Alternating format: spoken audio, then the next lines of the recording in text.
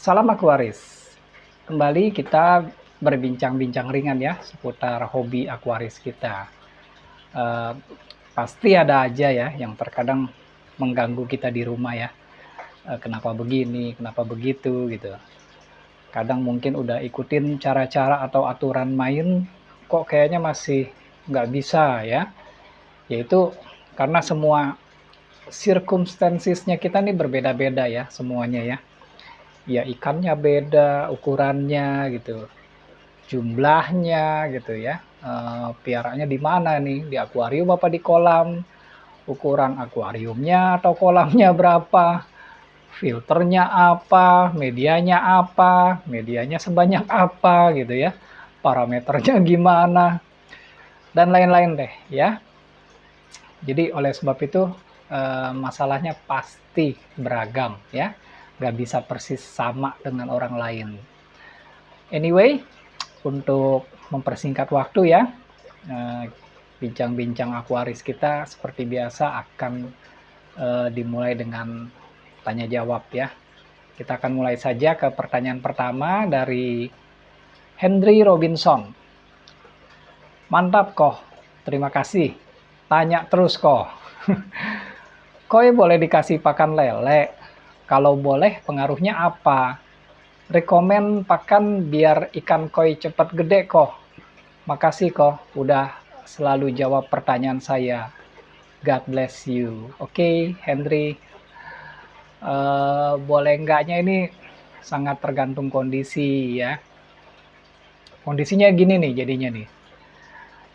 Walaupun ikannya kita nih sama-sama ikan koi ya, tapi kualitasnya mungkin beda ya.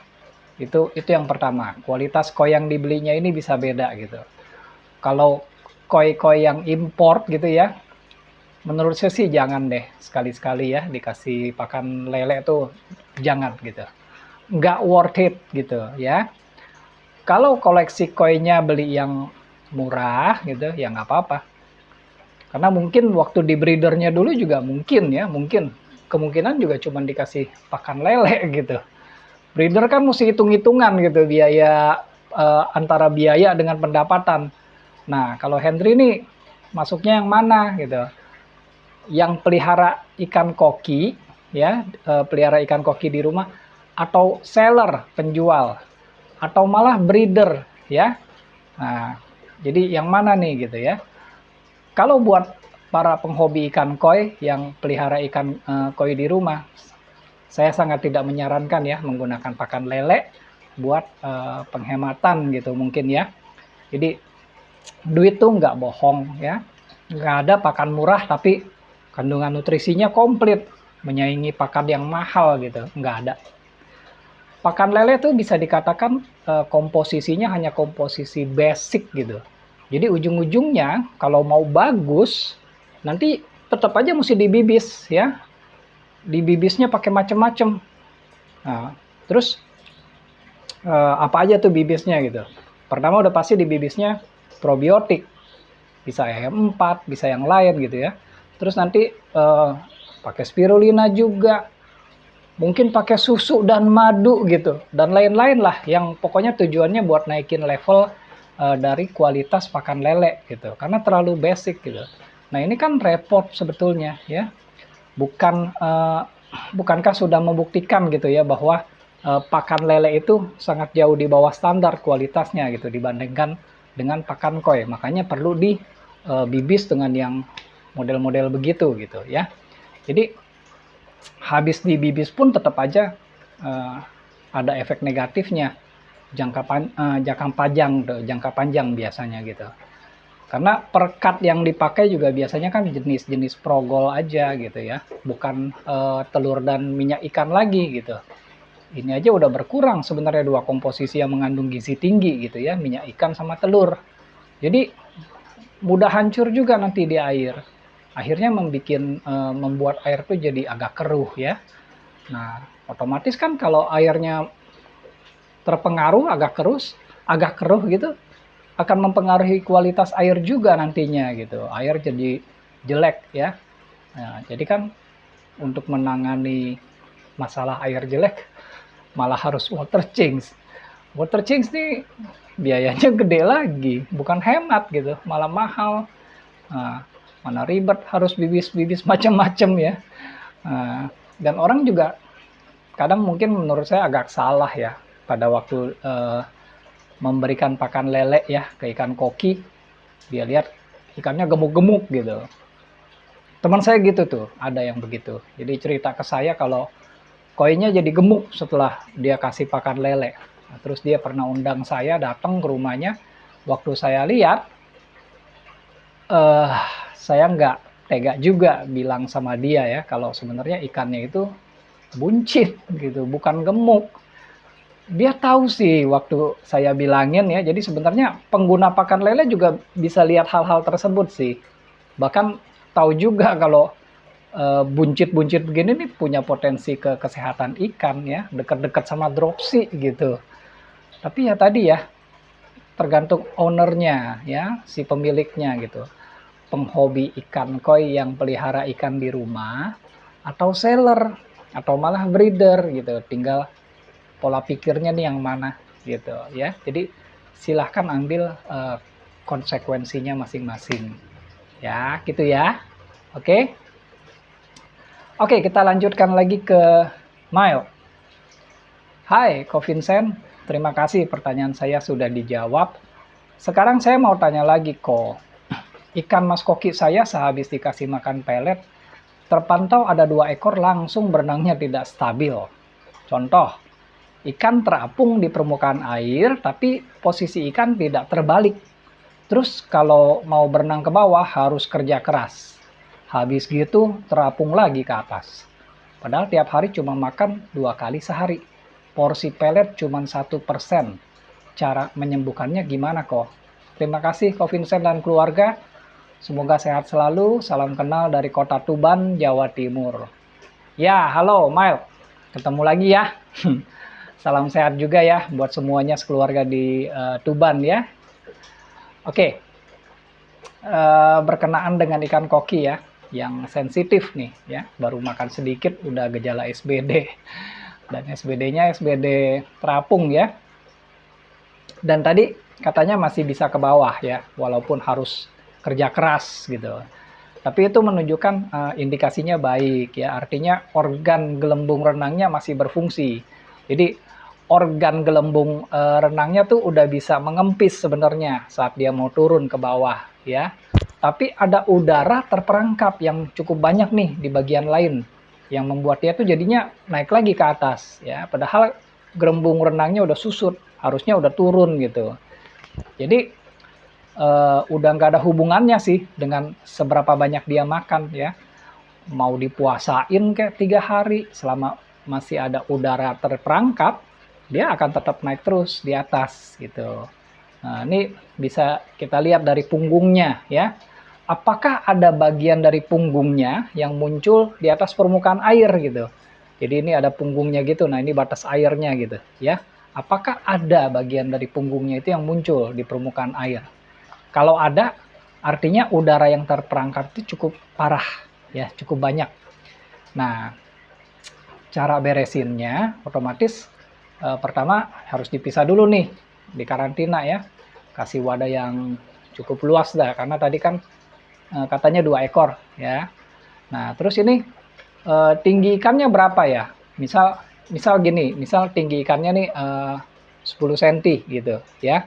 Nah nanti diisi nih air dari akuarium nih sampai ketinggian 10 cm, lalu tambahin lagi air baru ya.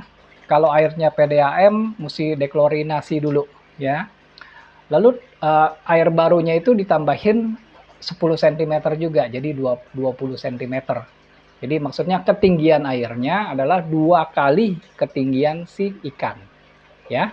Nah terus kasih aerator dulu deh gitu. Nah tugas kita nih harus bisa keluarkan gelembung udara yang terperangkap tadi. Jadi kita bisa kasih dia makan pakai 2 macam makanan ya. Otomatis makanan-makanan fiber lah gitu ya. Nah yang pertama tuh tentu saja kacang polong. Nggak usah direbus. Jadi yang penting dikupas. Nggak pakai kulit gitu. Lalu dipotong aja jadi 4. Jadi ini, Satu dipotong jadi setengah, terus dipotong lagi gitu, jadi 4 kali ya. Nah, kalau satu atau cuman dibelah dua tuh takutnya kegedean. Nah, takutnya nggak muat masuk ke mulutnya. Kan tadi nggak dibilangin juga ukuran ikan kokinya berapa gitu. Nah, ketinggian air ini kita buat rendah juga tuh agar si ikan bisa ambil kacang polong yang tenggelam gitu.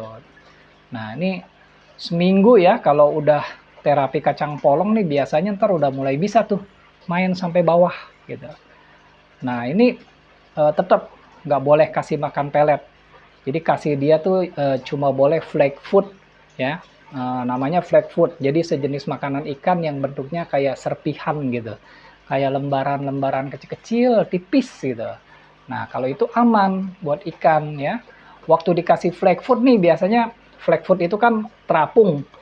Bisa diaduk sih pakai sendok gitu serpihannya di atas permukaan air gitu, nanti dia tenggelam ke bawah. Nah, biar si ikan nanti bisa makan. Nah, nanti kalau udah sembuh ya, buat 1 sampai 2 bulan pertama tetap nggak boleh digabung. Maksudnya biar dia nggak kena pelet dulu. Ya, terusin aja selang-seling antara kacang polong sama flake food ini dulu gitu. Ya, jadi cara treatmentnya kayak gitu. Oke, semoga berhasil ya. Oke, kita lanjut lagi ke pertanyaan berikutnya ya, yaitu dari Jeruk. Kok ikan koi saya kalau siang pasif, sering berdiam diri semua di pojok. Tapi kalau udah sore, malam, sampai pagi mereka aktif bergerak. Makan masih lahap. Kenapa ya kok? Terima kasih, sukses selalu kok. Ya, halo Jeruk. Ini sayangnya nggak diinfoin ya kalau ikan kokinya ini dipiaranya di akuarium atau di kolam. Kalau saya sih feelingnya kayaknya di kolam ini harusnya ya gitu. Kalau di akuarium ya kita bahas satu-satu lah. Kalau di akuarium nih seharusnya nggak ada kejadian begini harusnya ya. Karena ikan koki tuh biasanya friendly banget, dia datang ke kita gitu. Kecuali area akuarium itu cukup ramai dilalui oleh orang-orang yang lewat. Nah, terus orang-orang yang sering lewat ini nggak pernah ngasih makan juga. Jadi si ikan koki itu jarang dikasih makan ya. Nah, karena kalau ikan koki itu sering dikasih makan, umumnya mereka ngerti banget deh. Kalau manusia itu tuannya mereka yang sering memberi makanan. Jadi kalau ada orang lewat, dia nggak peduli itu tuannya apa bukan gitu. Justru pada datang tuh berbondong-bondong cari perhatian buat dikasih makan gitu. Tapi kalau merekanya sering lapar dan jarang berinteraksi dengan manusia, ya susah ya. Jadi belum connect ya, nggak ada hubungan gitu. Nah, kalau kasusnya kolam ya, kebanyakan ini terjadi karena kedalaman kolam itu kurang dalam. Jadi pada saat siang hari, matahari kan panas gitu. Itu membuat mereka tuh harus berlindung ya, bersembunyi cari tempat yang adem, yang aman. Sama kayak kita kalau lagi panas gitu ya kita cari tempat di bawah pohon misalnya gitu yang adem ya gitu. Jadi begitu sore menjelang malam bahkan sampai pagi, nah, karena kan pagi juga biasanya belum panas gitu. Mereka bisa keluar main, nggak takut mati kepanasan. Ya, oke, kita lanjut lagi ya. Kita ke HD Radika. Halo, Radika. Mau tanya apa nih kali ini? Terima kasih kok sudah menjawab pertanyaan saya sebelumnya. Kalau boleh tanya lagi, bagi tips dong cara membersihkan air stone microbubble yang kotor dan membersihkan kerak batas air di akuarium. PR banget, bersihkannya susah. Belum nemu cara yang bisa benar-benar bersih. Terima kasih kok yang baik hati. Oke, Radika. Kalau air stone memang ada maintenance-nya ya, pemeliharaannya. Tapi ini kalau pas lagi mau bersihin harus hati-hati gitu. Jadi nggak boleh lama-lama ya, kalau nggak nanti malah bikin butek airnya gitu. Nah, ini biasanya sih juga nanti nggak bisa bersih-bersih amat kayak masih baru gitu ya. Tapi paling nggak bisa lancar lagi lah udara yang keluar nanti cukup deras lagi gitu. Nah, kalau saya tuh biasanya direndam di larutan cuka putih. Tapi cuka putihnya ini harus diencerin ya. Pakai pakai gelas aja ya, biar gampang. Masukin cuka putihnya tuh sepertiga ya, sepertiga gelas. Terus kemudian sisanya masukin pakai air minum. Jangan air mentah, jangan air akuarium, jangan air kolam ya, takutnya TDS-nya tinggi. Ntar malah cukanya melarutkan mineral yang ada di TDS tadi gitu. Jadi kalau bisa harus pakai air minum ya. Itu rendam aja 30 menitan ya. Bisa 30 menit sampai 1 jam sih, kan tergantung ukuran si air stone. Kalau nggak muat di gelas ya pokoknya perbandingan cuka putih ya dengan air minum tadi tuh 1:3 aja ya. Silakan pakai deh, pakai wadah yang lebih besar gitu maksudnya. Nah, terus kalau bersihin kerak di batas air ya, itu bisa 2 cara sih. Tadi ya pakai cuka putih juga bisa. Cuma kesian ikan-ikannya. Soalnya kan pH air di dalam akuarium nanti akan turun. Jadi kalau bisa dipindahin dulu ikan-ikannya, cek dulu pH-nya berapa. Habis dibersihin pakai cuka putih gitu, ganti airnya sebagian, tes lagi pH-nya, udah balik ke normal belum ya. Atau pakai cara kedua. Saya sih biasa pakai cara kedua, lebih cepat dan gampang gitu ya. Tapi kalau akuariumnya akrilik nggak bisa, bakal baret-baret karena saya pakai cutter ya. Jadi harus yang kaca. Nah, saya tuh cuma pakai isi cutter sih. Isi cutter nanti dikerok aja pelan-pelan. Dibasahin dulu kerak-keraknya, terus dikerok gitu. Waktu keroknya jangan tegak lurus gitu, tapi usahakan agak tidur ya. Tidur mendatar tuh ngikutin sebisa mungkin, sedatar mungkin dengan permukaan kerak gitu. Pelan-pelan aja. Soalnya walaupun kaca itu nggak baret ya, kalau area yang udah dibersihin ini kan kadang suka nggak kena air, itu tetap kelihatan ada baret-baret kecilnya. Jadi makanya harus pelan-pelan bener gitu ya. Nah, sebetulnya juga ada banyak pembersih kerak akuarium di pasaran. Tapi kalau saya sih nggak saranin karena ini kan cairan-cairannya chemical ya, anti kerak itu chemical gitu. Kalau mau pakai itu ya harus dalam keadaan kosong akuariumnya. Karena kan residu kimianya nih kalau udah selesai ya, terus masih ada sisanya nih. Pas lagi dicuci ini bisa bahaya buat ikan. Minimal bahaya buat bakteri kita deh nanti ya. Oke, lanjut lagi ya. Kita ke TD. Izin bertanya lagi suhu. Ikan koki aku ada yang kurang sehat. Kondisinya di bawah mata atau pipinya ada semacam bentol kecil warna putih seperti jerawat, tapi bukan white spot.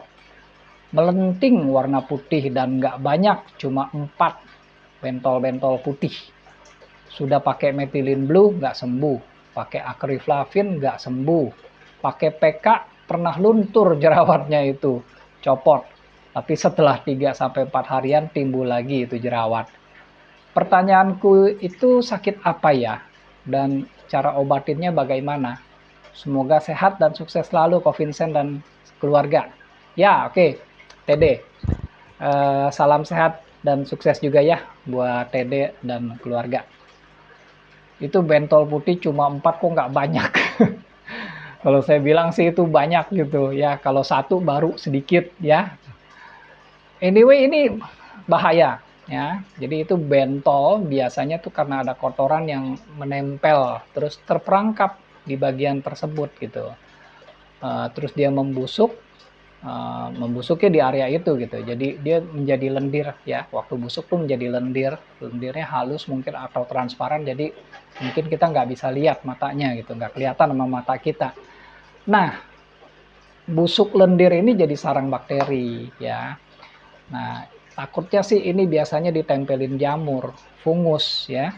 Nanti malah jadi lubang yang lebih dalam lagi dan lebih besar gitu. Jadi memang udah bagus treatmentnya pakai PK aja ya. Dimandiin pakai PK gitu. Sehari 2 kali aja biar cepat beres. Pagi sama sore gitu. Dan waktu mandiin PK diusap-usap aja di bagian jerawat yang putih tadi gitu. Biar makin kena bereaksi dengan PK-nya nanti. Gitu aja ya. Oke. Kita lanjut lagi ke Abai Channel 82. Thanks atas ilmunya kok. Izin bertanya kok. Misalkan mau buat chamber khusus anaerobik. Oh, anoksik ya. Baiknya di chamber keberapa kok? Ada 4 chamber. Media terbaiknya apa aja kok? Rekom bakteri buat media anaerobiknya apa? Terima kasih dan salam sehat, sukses buat Ko Vincent sekeluarga. Ya, Abai. Salam sukses juga ya buat Abai sekeluarga. Biasanya sih orang bikin terpisah gitu. Jadi kalau kolam ya, kalau kolam ini biasanya terpisah, jadi diceburin aja di kolam. Dia pakai wadah yang modelnya kayak keranjang gitu ya. Bisa jadi, bisa juga pakai pot tanah liat yang ada lubang-lubangnya gitu. Nanti keranjang itu dikasih tanah liat tuh, terus ditimbun pakai pasir, terus dikasih batu juga di atasnya, batu-batu koral yang kayak batu alor gitu ya, yang di paling atas gitu. Taruh aja udah di kolam, taruhnya di area yang paling nggak kena arus. Nah, atau kalau mau bikinnya di chamber filter ya, itu biasanya kan memang kita korbanin chamber filter. Yang paling memungkinkan ya biasanya di chamber terakhir, pas return ya. Jadi setengah ke bawah tuh dari chamber return itu diisi dengan pasir silika. Udah, gitu doang. Yang penting ya, yang mesti diingat ya, setelah masukin tanah liat sama pasir nih, itu kan dalam keadaan kering dulu tuh ya, nggak boleh dalam keadaan tenggelam gitu. Nanti disiram dulu tuh pakai bakteri denitrifikasinya ya, bisa pakai Tiobak ya, Tiobak di toko online banyak tuh Tiobak, itu isinya bakteri Thiobacillus ya, itu bisa buat anoksik. Nah, atau bisa juga pakai Probak. Probak tuh isinya bakteri Bacillus ya, bisa pakai dua itu, Tiobak sama Probak ya. Oke, lanjut lagi ke Rizky. Rizky gimana? Ya, gimana Rizky? Kalau kolam baru, kalau dikasih garam krosok berapa kilo untuk per ton airnya kok? Kan 0,1% Rizky ya, jadi tinggal dikali aja. Kalau 1 ton kan 1000 liter ya, berarti kalau 0,1% dikali 1000 liter 1 kilo, cuma 1 kilo per tonnya ya Rizky ya. Oke, lanjut lagi ya, kita ke Joko Prasetyo. Waduh, panjang nih. Yuk kita baca dulu ya pelan-pelan ya. Dan seperti biasa kalau panjang begini asal ketemu pertanyaan langsung dijawab aja ya. Halo Ko Vincent, izin bertanya Ko. Jika kotoran ikan atau pelet yang tidak habis akan menghasilkan amonia. Ya. Dan amonia akan diuraikan oleh bakteri nitrifikasi menjadi nitrit dan nitrat. Ya. Kemudian nitrat secara umum sudah tidak bisa diuraikan. Ya. Atau walaupun ada cara denitrifikasi, tapi cara itu masih menjadi perdebatan. Anggap saja cara ini susah untuk dilakukan oleh orang awam seperti saya. Anoksik maksudnya ya, filter anoksik. Walaupun nitrat tidak berbahaya bagi ikan, tapi kandungan nitrat yang tinggi memiliki efek buruk bagi ikan, seperti ikan tidak kunjung besar, nafsu makan menurun, dan lain-lain. Ya, betul. Oke.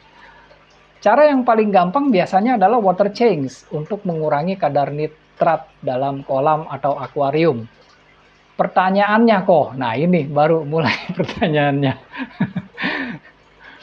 Apakah benar tumbuhan itu makanin amonia, nitrit, dan terutama nitrat kok? Iya, benar. Ini kan saya udah jelasin di video tanya jawab sebelumnya ya. Cuma saya lupa aja tuh tanya jawab yang keberapa gitu. Anyway kan pilihan si tanaman air ya terhadap unsur nitrogen ya di air itu akan selalu dia memprioritaskan ke nitrat gitu. Jadi yang seperti amonia atau nitrit itu akan terserapnya sedikit gitu, lebih banyak nitrat yang diserapnya gitu. Kalau benar, apakah bisa kalau di sistem filtrasi atau di kolam atau akuarium langsung kita kasih tumbuhan-tumbuhan biar tumbuhannya makanin nitrat dan kawan-kawan. Jadi biar nggak sering-sering water change gitu kok. Ya iya dong. Kan memang kebanyakan orang melakukan hal itu. Jadi memelihara banyak tanaman air di kolam ya. Entah eceng gondok, kapu-kapu kiambang gitu, teratai ya, atau bisa juga pakai media pot gitu ya. Yang penting media potnya ini terendam dengan air ya, air kolam gitu. Kayak melati air ya, papirus air, hidrokotil dan lain-lain lah gitu ya. Cuma tentu saja kan jumlah tanaman air dan jumlah nitratnya nih sebanding nggak gitu. Ini yang biasanya tidak terlalu diperhatikan orang ya.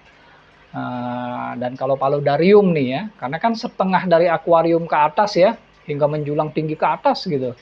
Itu kan banyak pakai tanaman darat. Maka biasanya tuh jarang ganti air, parameter airnya masih bagus terus gitu. Karena banyak tanamannya gitu ya. Dan jenis tanaman apa yang paling ampuh kok? Kata orang yang paling ampuh itu sirih gading, ganggang, hidrilla ya, Amazon frogweed. Apakah benar kok? Ini buat apa nih? Akuarium atau kolam? Ya, kalau kolam, tanaman yang saya sebutkan di atas tadi itu selain rakus juga kuat-kuat masalahnya. Jadi saya sarankan pakai tanaman yang tadi ya, yang saya tadi bilang gitu. Teratai, eceng godok, kapu-kapu, atau kalau pakai pot ya dikasih tanah ya seperti tanaman darat biasa gitu, tapi ditenggelamin ke dalam kolam. Jadi bagian atas tanamannya nanti nongol di atas air gitu. Kayak tadi ya, melati air, papirus air, hidrokotil gitu. Ini selain rakus juga kuat masalahnya gitu. Kalau sirih gading ya, ini sirih gading tuh jeleknya gini. Suka ada yang tiba-tiba di satu bagian jelek sendirian. Misalnya daunnya tuh ada yang tiba-tiba kuning sendirian. Terus dia kering, mati. Terus masuk ke air. Nah, yang begini nih malah nambahin nitrat. Begitu dia masuk ke air kan, jadi busuk lagi kan. Jadi amonia lagi. Jadi nitrit lagi. Jadi nitrat lagi gitu. Jadi jeleknya tuh di situ gitu kalau pakai si itu ya tadi ya. Apa tadi namanya? Sirih gading ya. Nah, kalau Amazon frogweed ya, Amazon frogweed tuh dia kecil masalahnya, terlalu kecil. Jadi dia nggak bisa nyerap banyak gitu, nggak bisa nyerap terlalu banyak gitu. Sedangkan kalau ganggang tadi yang katanya hidrilla ya, densa ya, onward misalnya, kabomba juga bisa itu termasuk yang rakus. Tapi kan ini buat akuarium, bukan buat kolam. Nah, kalau tanaman di akuarium nih kadang suka nggak kuat nih batangnya. Terus dia copot gitu kan, habis copot terombang-ambing ngambang di akuarium. Jadi ntar lihatnya nggak enak gitu ya.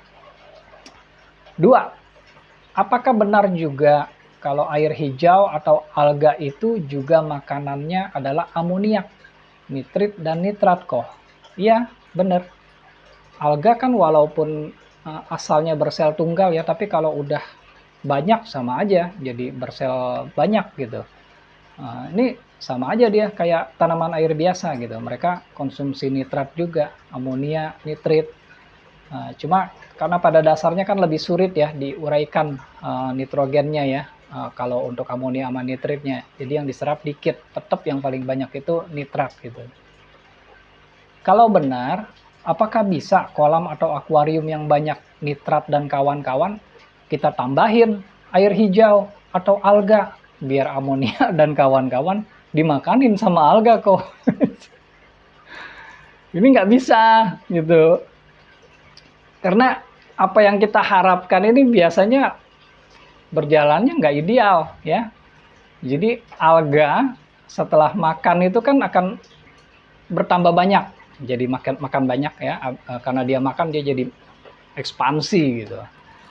Yang ada tuh alganya jadi menyerang kolam gitu atau akuarium kita gitu. Dan alga ini kalau pas lagi dia udah mulai menebal, dia tuh bisa hidup di atas badan alga yang lain gitu. Jadi ada yang ketiban tuh, diinjek sama dia gitu istilahnya. Nah, otomatis alga yang ada di bawah kan mati. Nah, lapisan alga yang mati ini malah menyumbangkan nitrat tadi, ya kan? Sumbangannya malah lebih banyak, mati, terurai. jadi amonia lagi, jadi nitrit lagi, jadi nitrat lagi gitu, malah lebih banyak gitu ya. Jadi ceritanya saya baru belajar pelihara ikan mas koki dan baru belajar breedingnya kok. Tempatnya masih terbatas dan seadanya. Kendalanya pada burayak-burayak cepat mati karena populasi padat dan tempatnya terbatas. Hehehe. Soalnya ada pengalaman kok, burayak yang reject, yang cacat fisik itu saya buang ke penampungan air hijau. Karena saya coba kultur DM juga kok. Tapi burayaknya malah sehat-sehat dan hidup semua. Padahal nggak dirawat, nggak dikasih makan. Terima kasih banyak kok sudah berkenan menjawab pertanyaan saya. Semoga Tuhan yang membalas kebaikan kokoh, diberikan keselamatan, kesehatan, rezeki berlimpah, serta panjang umur. Amin. Ya, amin ya. Doa yang sama juga buat Joko ya. Oke. Tapi memang begitu ya Joko ya. Segala sesuatu hidup di dunia memang kayak gitu. Begitu nggak diperhatiin, bagus. Begitu pas kita taruh effort, perhatiin di situ, nggak sesuai dengan ekspektasi kita. Ya, nggak apa-apa. Jalanin aja. Fighting. Oke. Kali ini kita lanjutkan lagi ke min trend. Hadir lagi kok. Maaf ya, saya bertanya lagi kok. Ikan saya kan arowana ukuran 50 cm.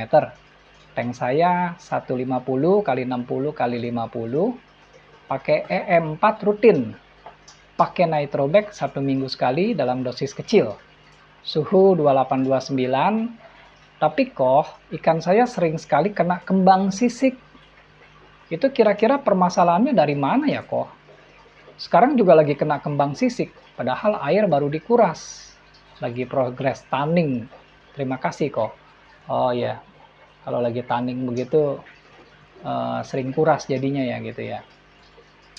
Oke, Min, saya ikut prihatin dulu ya dengan arwananya yang masuk pradropsi itu ya. Arwana tuh sebenarnya jauh lebih kuat sih daripada ikan koki ya, atau ikan kecil lainnya kayak cupang gitu ya. Jadi kalau dia masuk pradropsi itu sebenarnya kelihatan sisiknya tuh yang berdiri tuh cuma 1 atau 2 doang gitu ya, yang terangkat gitu. Kalau koki atau cupang tuh biasanya barengan gitu, tinggal tegaknya semana gitu, tegak banget atau belum tegak gitu. Kalau arwana sih sebenarnya masih 1-2 sisik aja tuh di awal, jadi kita bisa antisipasi sebelum sampai 4 atau 5 sisik berdiri. Kalau udah sampai segitu biasanya udah mulai agak gawat ya. Nah, cuma saya mau klarifikasi nih pernyataan Min ya tadi di awal yang bilang pakai EM4 dan nitrobag rutin. Jadi ini perlu diingat ya bahwa EM4 dan bakteri nitrifikasi ya, nitrobag itu hubungannya hanya pada amonia, nitrit, kalaupun kotoran berarti H2S gitu ya. Bahkan nggak bisa atau belum bisa membereskan nitrat gitu, apalagi parameter lain gitu. Jadi jangan anggap kalau udah pakai EM4 dan nitrobag itu parameter airnya udah aman gitu, lalu jadi jarang water change. Ini salah besar ya. Pemakaian E4 kan justru sebenarnya ya kalau kita rutin itu akan menurunkan pH secara perlahan gitu. E4 kan pH-nya sekitar 4,0. Kalau dikasih rutin tiap hari walaupun dikit-dikit pasti ada pengaruh ke pH gitu ya, ke pH air kita gitu. Makin waktu ke waktu pH ideal tuh akan melenceng, mungkin udah di bawah 7 ya. Ini akan bahaya kalau udah malah di bawah 6 atau 5,5 misalnya gitu. Karena kan arwana tuh baiknya justru 7 ke atas gitu. Nah, lalu tadi juga disebutkan padahal baru dikuras ya. Ya sekarang saat ikannya udah keburu kena baru dikuras. Justru yang ingin diketahui itu sebelum ini gitu, water change-nya gimana? Teratur nggak? Jangan-jangan seperti yang saya pikir tadi gitu. Karena merasa sudah pakai E4 dan ada bakteri nitrobag tadi ya secara rutin, lalu berasumsi bahwa parameter air ini sudah aman gitu. Padahal yang aman tuh hanya amonia, nitrat aja enggak kok. Paling H2S ya. Nah, jadi masalah arwana dropsy ya biasanya tuh masalahnya klasik. Nah, karena pernah ada masa di mana parameter airnya sangat drop gitu karena cukup lama nggak pernah diganti atau nggak pernah dirawat lagi airnya, maka efek ke si aroknya gitu ya. Saya doakan aja semoga arwananya cepat sembuh ya, masalahnya segera berakhir ya. Oke. Oke. Cukup ya. Biasanya juga cuma mampu jawab pertanyaan segini aja sih. Pipi sama mulut udah kesemutan gitu karena kebanyakan ngomong. Jadi kita sudahi dulu ya sampai di sini. Terima kasih sudah menonton. Kita bertemu lagi nanti di lain hari. Salam Aquaris.